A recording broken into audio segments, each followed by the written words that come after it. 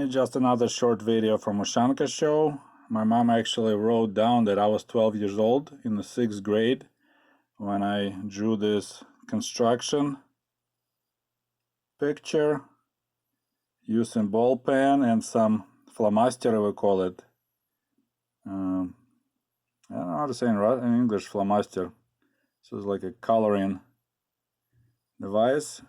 I grew up when we moved second time. There was construction everywhere. It was a brand new жилой complex, they call it, жилой массив. There were buildings everywhere. So I was watching all the cranes and all the activity going on. So this is what I did on a rainy day. And this is the guys that I drew pretty easy. Egg dudes.